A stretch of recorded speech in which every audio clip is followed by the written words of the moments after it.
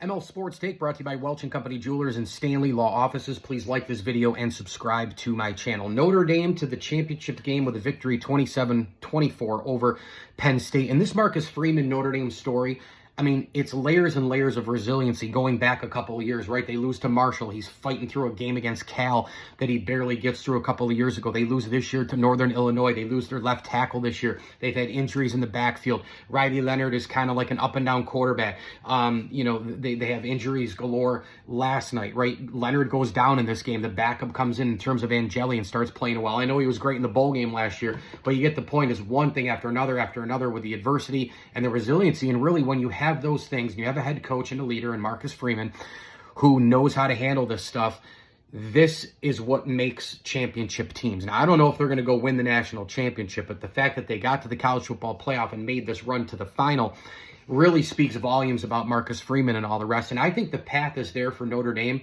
to never join a conference, right? Because generally speaking, you'd say, well, joining a conference is harder. Not when you're Notre Dame. When you're independent and you have that, contractual tie to the ACC. I know it depends on the ACC and how good they are in terms of strength of schedule on that end. But Notre Dame still, as an independent, is scheduling, pretty good teams out of conference and non-ACC. Now, this year was a little bit different, although they did go to Texas A&M and win. But, in times past, like the USC game, that's a tougher game. USC being down, you can't blame Notre Dame for that. It's just been an adversity, a resiliency type situation for Notre Dame the last couple of years, and they've bounced back every single time.